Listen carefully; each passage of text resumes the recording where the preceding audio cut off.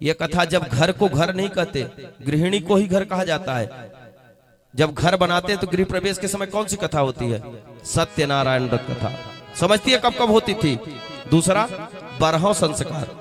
सज्जनों बड़े ध्यान से सुनिए, बरहौ में कौन सी कथा? ये आज की बात नहीं है, हम बताएंगे कथा कब से चल रही है। ये कलयुग की कथा नहीं है। आपको लगता होगा सज्जनों बरहौ में कौन सी कथा कराते हो? सत्यनारायण।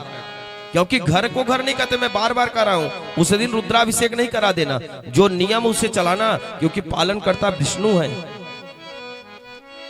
स्वार्थ के लिए शंकर जी को ठीक है पूजा कराओ, खूब मांग लो, पर समय अनुसार।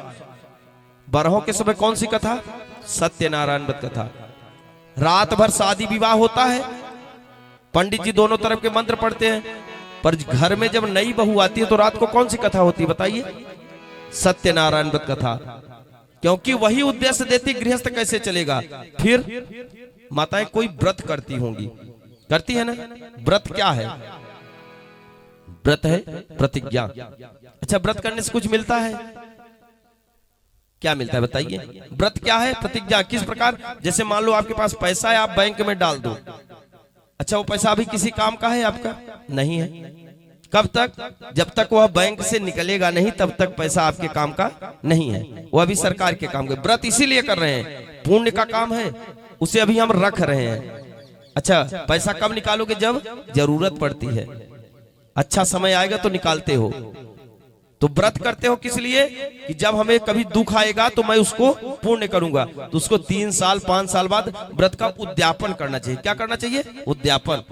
उद्यापन मतलब प्रभु को समर्पित कर देंगे, और जो हमारा व्रत है उसका फल मिलना चाहिए, उसका फल हमें मिलना चाहिए। इसलिए व्रत का उद्यापन 5 साल 7 साल 9 साल 10 साल 11 साल में कर देना चाहिए, नहीं अपने आप खंडित हो जाता है। जब उद्यापन कर दोगे उसका फल आपको, आपके परिवार को मिल जाएगा। इसलिए लोग उद्यापन करते हैं। उद्यापन मतलब कर लो, ये नहीं कि छोड़ना। उद्यापन मतलब प्रभु आपको हम दिए, आप हमको दीजिए।